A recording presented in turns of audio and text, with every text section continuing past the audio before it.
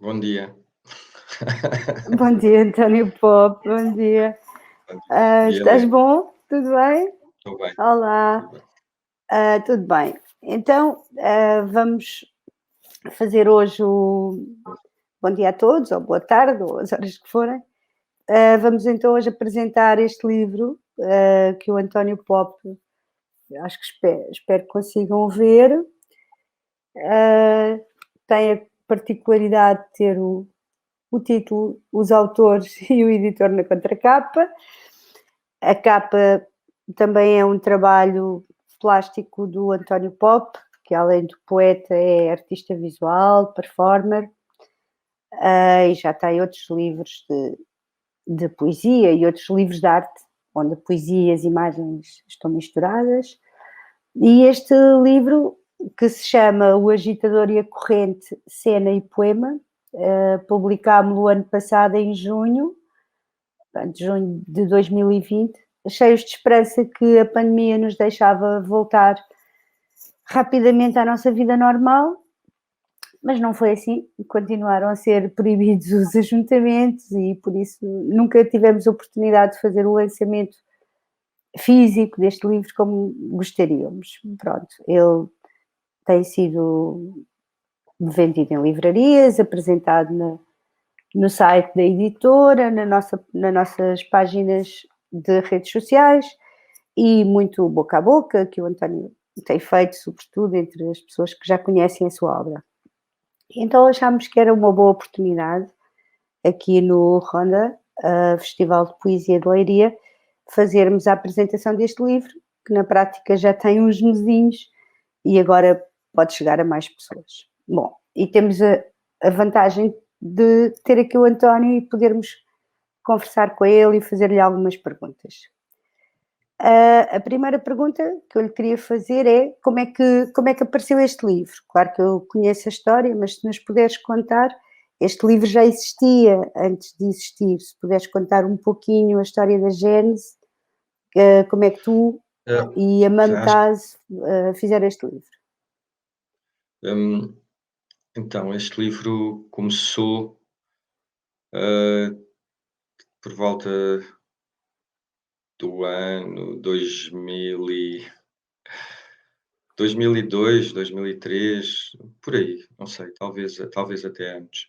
Foi escrita a quatro mãos, por mim e por Mumtaz. O agitador, o agitador sou eu, ela é a corrente, o agitador é a corrente, ou vice-versa. E o livro nasceu de uma conversa de muitos anos e que, que eram conversas que desaguavam sempre na poesia e nessa forma de comunicar em que, por exemplo, um verso como o mar a nadar transformava-se através da conversa num verso como o mar também nada, ou o mar ao leme, e depois escolhíamos qual destes versos seria o melhor verso, o mar a nadar ou o mar também nada. E o mar também nada parece um verso mais forte do que o mar a nadar. Ontem aconteceu também partilhar um verso deste livro que diz: a poesia transporta o amor, a poesia transporta o amor, o mar também nada. A poesia transporta o amor. E alguém disse, e vice-versa, o, o amor transporta a poesia. E é os versos eram trabalhados nesse sentido, em que eles poderiam ser um e verso, e versa, não é? Eles poderiam sempre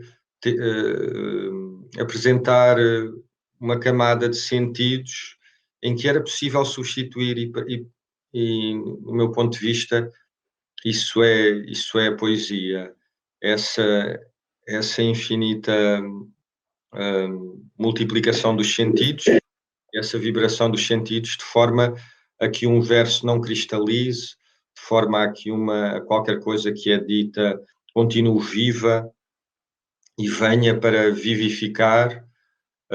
Portanto, o livro foi escrito com esse desdobramento, não é? Com essa desenvoltura, e foi escrito num diálogo onde existiam as notas sem texto no princípio, que são uma referência ao Bas-Len, este escritor de Trieste, ou as cenas de composição, porque eram cenas também. Não existia um teatro encenado, mas existia o nosso pequeno teatro da poesia, onde fechávamos as janelas, os stores, onde ficávamos em casa a escrever, sempre possível. Desculpa, esse é um dos aspectos curiosos deste livro, é ter sido escrito por duas pessoas, em interação, não é? Numa atitude criativa, de partilha e de troca e de aperfeiçoamento, em que as palavras geram outras palavras, um verso gera outro verso, na troca, nesse trânsito. Também não é uma situação muito comum, os livros de poesia, de modo geral, são muito centrados no seu autor, ou têm um único autor, e também por isso este livro é particular. Tu falaste das notas e, de facto, sim, o livro tem essas três partes, não é? As notas, ao princípio, as cenas de composição, vou ver se consigo mostrar aqui uma imagem de uma cena de composição.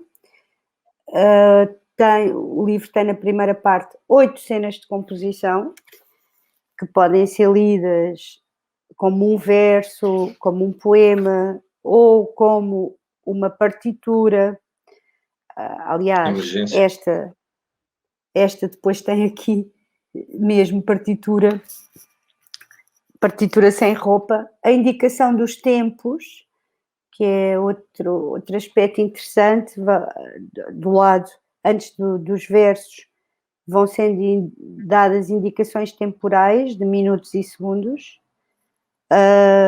Portanto, podem ser interpretados como, isto agora pergunto-te eu, podemos interpretá-los como, podem ser vistos como o momento em que vocês criaram isto e fizeram o registro desse tempo, mas também podem ser lidos depois, por quem está a ler, como uma indicação de um modo de ler, ou seja, o tempo poderíamos passar, imagina, poderíamos passar agora 5 minutos e 37 segundos, agora aqui, um bocadinho à maneira do músico de John Cage, não é? Podíamos passar aqui 5 minutos e 37 segundos de volta destes versos, partitura sem roupa, figurinista do céu em estado de exceção, quando a noite faz do meu corpo 7 rosas mais tarde.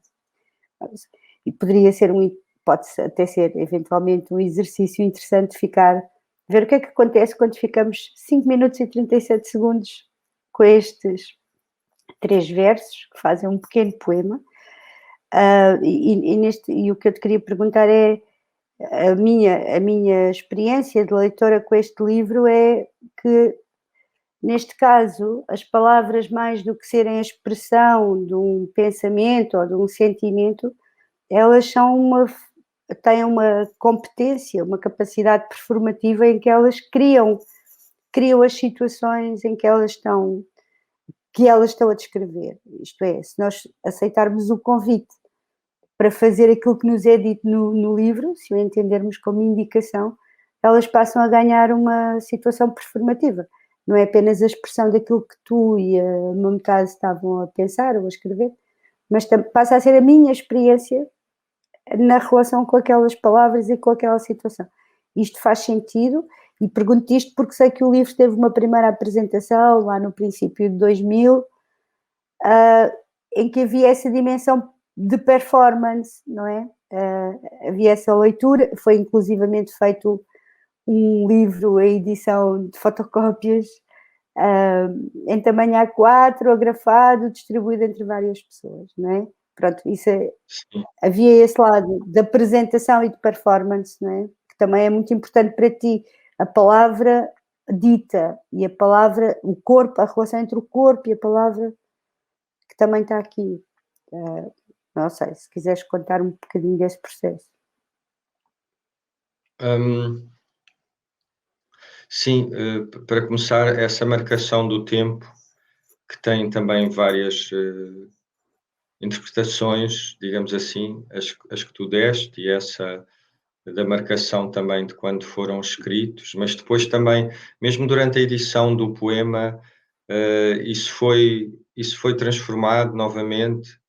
Portanto, são esses apontamentos que indicam que o verso vai começar também, e que o verso tem uma autonomia ao mesmo tempo que está ligado, e que as águas estão ligadas entre si, em que os versos estão ligados entre si. Ele tem essa marcação. Isso também torna o poema, sim, performativo nesse sentido, de o dizer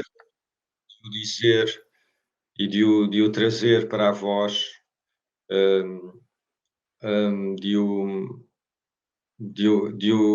nunca de o encenar no sentido de era muito uma presença, era muito uma forma espontânea de conviver, de aparecer, de estar. Era a forma também do entusiasmo da poesia, de criar um verso que gerasse uma outra atmosfera naquele lugar, naquele encontro. Existiam pessoas que chegavam também de fora a essa casa na Rua do Mundo, das flores ao mundo, do mundo às flores, na Rua do Mundo. Ali o livro foi escrito, a grande maioria, sim, praticamente tudo no princípio do ano 2000, quando começou, porque o livro esteve guardado durante anos e anos, para além dessa publicação que nós fizemos, que tu referiste, fotocópias, onde existiu também uma exposição, porque tanto eu como Mumtaz temos esse trabalho nas artes visuais também. Temos a poesia e as artes visuais como lugar comum, e que portanto, o livro foi escrito ali, muito perto do Camões, na Rua do Mundo, na Rua das Flores. E toda essa... Sim, queres perguntar? E o Camões? Não, estás a dizer que foi escrito muito perto da Praça de Camões. E depois encontramos uma situação... Enquanto escrevíamos o livro, é um erro, em muitos erros é concerto. Nós lemos o Camões enquanto lemos o Camões, também lemos ali os Lusíadas juntos em alto, lemos vários livros em alto, lemos a Maria Zambrano, a Simone Weil, lemos a Ilíada, lemos a Odisseia, ali, lemos várias coisas em alto que iam informando o livro. Eu lembro-me quando depois de ler os Lusíadas ali, escrevemos um verso que está no livro, que é um verso que eu nos recitais digo muitas vezes e que me aparece muitas vezes, que é criar o naufrágio para salvar um original, ou criar o naufrágio para salvar o original. Só a diferença entre o um e o, mas criar o naufrágio para salvar o original. Foi um verso que muitas vezes fazíamos o resumo de um livro inteiro, fazíamos a síntese de um livro num verso. O outro verso que eu me lembro saído no fim de um livro, de lermos o Homero e no fim de lermos a Ilíada, parece um mortal, mas ninguém o viu a não ser vivo. É um verso também do Agitador e da Corrente, que parece um mortal, mas ninguém o viu a não ser vivo.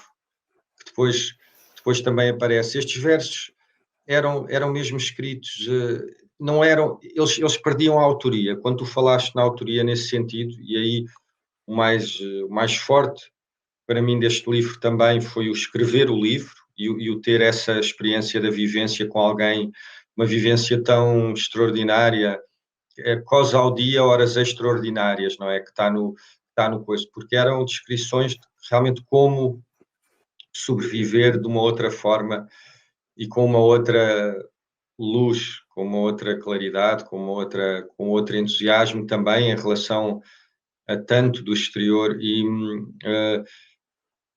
coisa ao dia, horas extraordinárias. Lembro-me também que porque ouvíamos o Luís Miguel Sintra a ler o Rui Belo, onde ele tem aquele verso, qualquer coisa de extraordinário. Isto é uma pequena cantilena melopeia que ele faz quando está a ler um verso do Rui Belo. Qualquer coisa. E foi aí que nasceu o livro. Ele nasceu de todas essas interseções. De todos estes diálogos, não é? Depois também, mas ainda voltando a esta situação do autor, sim, porque acho que isso é esta coisa, não é? Do que é meu e o que é teu e a autoria. Pois, sim, pois, eu não estava... Há uma diluição, quando são dois a escrever já há uma diluição e dois já são três. Já não sabe muito bem o que é do... Há outros...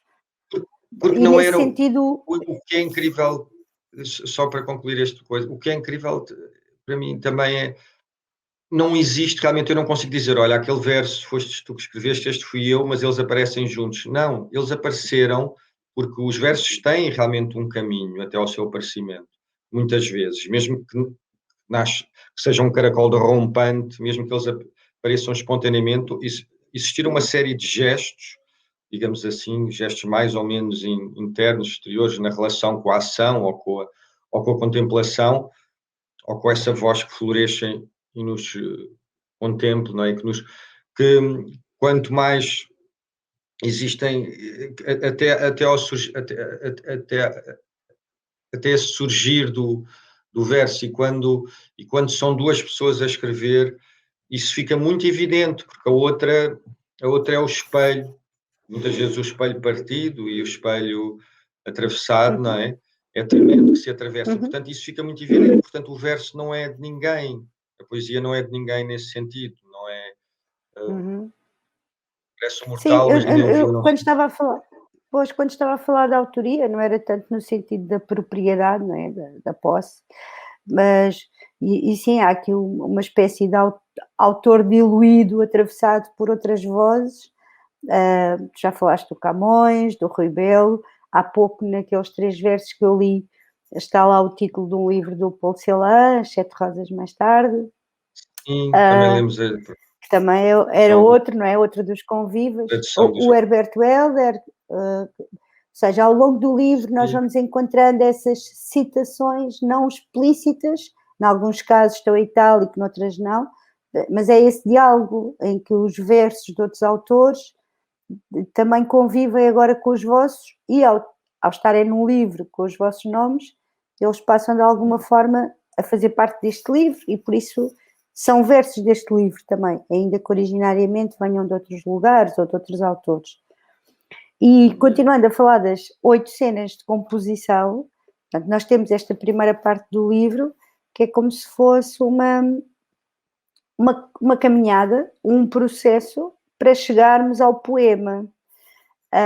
E agora queria te perguntar, tu pensas de uma maneira geral pode ser útil para entendermos e para convivermos, porque eu acho que mais importante do que entender, porque já não sei bem o que quer dizer entender, acho que esta é mais uma poesia que propõe uma convivência, né? Convivermos com estas palavras por algum tempo, e o tempo é sempre uma medida do convívio ou da vida, né?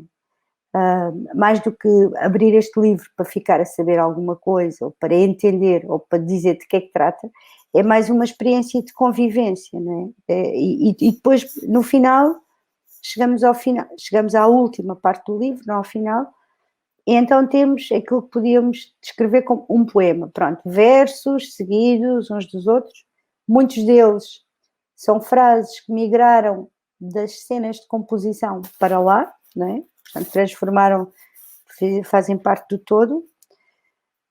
Mas a pergunta que eu te queria fazer era esta: se tu, como escritor e grande leitor de poesia, recomendarias, sei que se pode recomendar ou se sugeres, esse tempo de preparação até se chegar ao poema, não é? Agora que andamos todos tão depressa e que queremos rapidamente ter uma resposta, uma conclusão, a poesia também há uma experiência que tem a ver com uma forma de viver o tempo, não é? A pergunta é essa, se Sim, achas sim, claro, que pode ser claro. importante a preparação Sim, para chegar, porque é uma outra linguagem, saímos da linguagem estragada, corrompida, desbotada, defeituosa com que lidamos no dia a dia com tudo, portanto, a linguagem utilitária, utilizada, para chegarmos a uma linguagem ou uma fala que ainda está de alguma forma preservada ou que nos pode ajudar a perceber melhor a própria língua como um todo e os modos como, como conhecemos, como sentimos, como pensamos. sim. Hum, aqui está bem visível, não é? Essa chegada até a uma forma possível do poema. No fundo, as cenas de composição já são o poema, não é? A cena é o poema a ser vivido e a ser descoberto, e depois o poema em si, digamos assim, que aparece já no fim, um, o agitador e a corrente, e depois a própria tradução para inglês, porque nós os dois, Pois, sim, nós vivemos nós vivemos os dois nos Estados Unidos, onde estudámos, e estudámos juntos também na mesma escola, e, quando regressámos também existia essa outra língua, e é por isso que o poema é traduzido para inglês. Mas a tradução não é das cenas, lá está, das cenas de composição, dessa vivência do poema na língua portuguesa, e um, como o poema do Manuel de Barros, não é? A única língua que estudei com força foi a portuguesa, estudei com força para poder errá-la ao dente.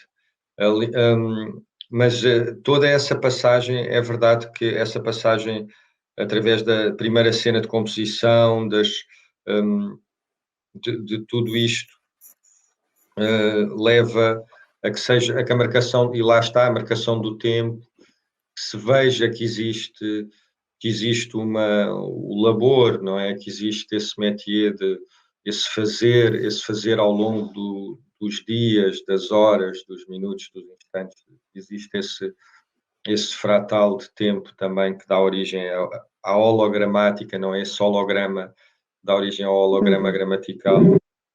Hum, uhum. hum, Sim, quando chega ao inglês, ou seja, se agora quiséssemos continuar aqui numa uhum. teoria, levar isto ainda mais longe, o facto de também termos depois o poema em inglês, ele é outro, porque está noutra língua, não é? Há sempre esta a transmutação, mudas para outro sítio, Sim, muitos dos mudas para versos outra que são língua. traduzidos. Claro, a tradução não pode ser mais livre, mas Sim, é a tradução é outro poema, feita não é? Ou seja, perfeitamente. é um Uhum. poema numa outra língua, e isso é outro poema. Ah, não sei se achas boa ideia tu leres um pouco do Posso poema, ler um pouco do. Eu acho que sim. talvez Eu estava aqui é, agora, também me apareceu hum, primeiro vou dizer, talvez dizer de cor algumas coisas que apareçam do princípio a seguir às cenas de composição, quando o poema começa. hum, ah, existe, existe esse verso, uma imagem para contemplar, o som que nunca para, a revelação da natureza, uma imagem para contemplar, o som que nunca para, a revelação da natureza, o ritmo na arritmia, indita, o olho que lembra no segredo de vidro, esse grande no descomunal, a megalomania descalça, o amo que serve, a coroa e a sandália, talvez já nasci, à velocidade dos vidros que escorrem pelos séculos, o céu na boca, uma seta de cinto, o palhaço na inteligência, amar, é no sorriso que o ponto exclama, ela ad continuum, o trapezista aspira no fundo à superfície, ser um evento, um alvo que acerta em sintonia com o que não cessa, um alvo que acerta em sintonia com o que não cessa. Voltando atrás, aparece também aqui logo ao princípio do poema umas entradas de a mnemónica, a arte de dançar a memória consoante acordes de criação combinatória. Por exemplo, o sol em miolo no mimo mnemónico, a bordo do tímpano transatlântico uterino, a laminar a tonalidade do mar em harmónio. Arte de dançar a memória, consoante acordes de criação combinatória. Onomatopeia, voz similar à canção de seu chamado, fruto cuja sibilância imita o som natural do rio fecundado. Um alvo que acerta, depois da primeira cena de composição. A megalomania descalça, a estranha estadia no mundo, nasce pescador e reencarna peixe. De coral nas fontes, a criatura uterina que não se afasta da sua matéria-prima, a espontaneidade mágica das crianças e todos os planetas que a nós orbitam. Talvez já nasci, à velocidade dos vidros que escorrem pelos séculos, o céu na boca, uma seta de cinto, o palhaço na inteligência, matéria sensacional, um alvo que acerta, em sintonia com o que não cessa.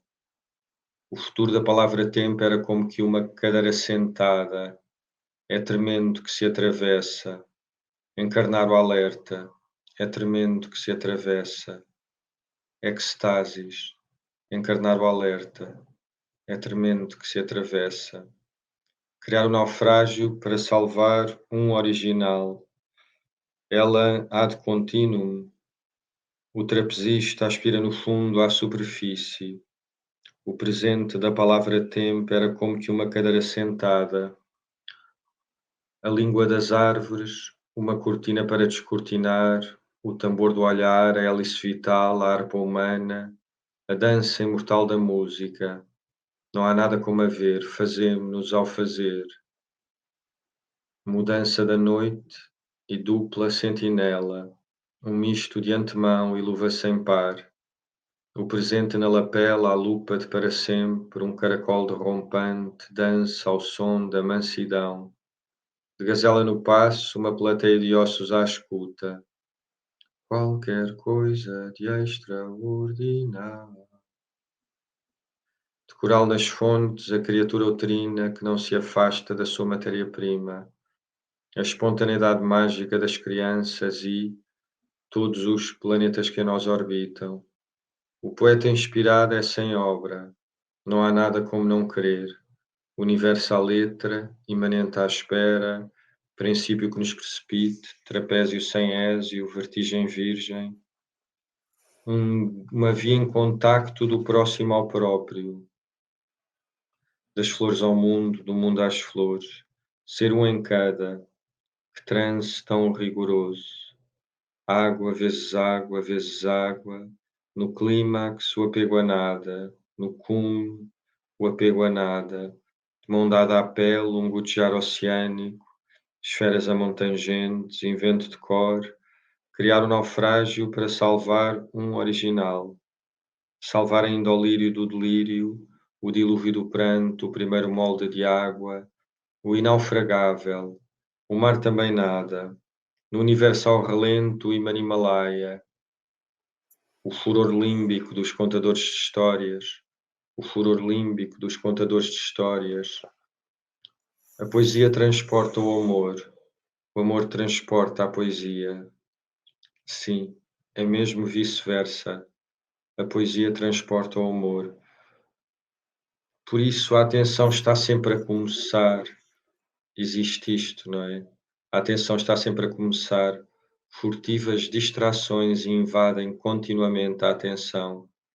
A atenção está sempre a começar, a possibilidade infinita de ser um inverso, a tal magia.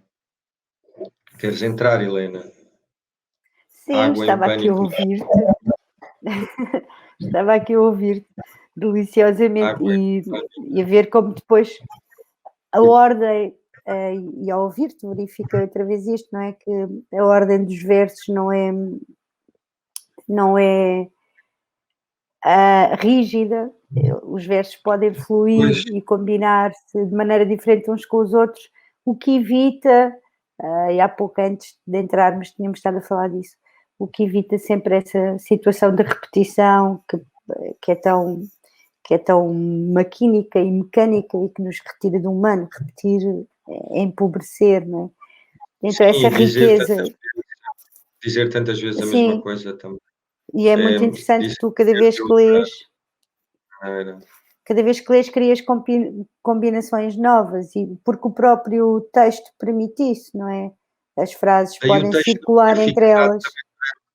durante tantos anos, porque o texto foi escrito há muitos anos, como disseste, mas ele foi trabalhado até agora, não é? E foi Sim, tu atualizado, digamos continuaste assim. sempre, sim, sim, sim, foi Pronto, atualizado e tu continuaste depois a e fazer desde isso para fixar, nós não dissemos também ao esta longo da versão. conversa, nós não dissemos ao longo da conversa que a Mumtaz faleceu em 2018, não é? Ela, acho que Tem que fazer. também por eu estar aqui e ela não estar ao meu lado a apresentar o livro.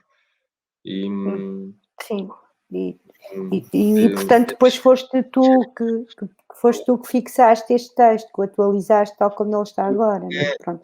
como é um texto tão vivido e tão que é preciso que é fixar o texto, mas também é preciso, não é? A Uhum. oralidade, a Uhum, uhum. oralidade Sim. durou uma É aquilo vida. que o leitor pode trazer, não é? Assim, A oralidade, é outra sugestão interessante, é ler este livro em voz alta, ele ganha uma nova vida quando nós lemos em voz alta, é diferente. Bom, acho que já conseguimos, parece-me, deixar uma apresentação de quais são talvez as formas mais prazenteiras de abordar este livro, de se aproximar dele e de conviver com ele. Agradeço-te muito, António, o livro e ter estado agora aqui a falar comigo. Um prazer, como sempre. E pronto, não sei se queres dizer mais certo? alguma coisa, mas acho que podemos ficar aqui.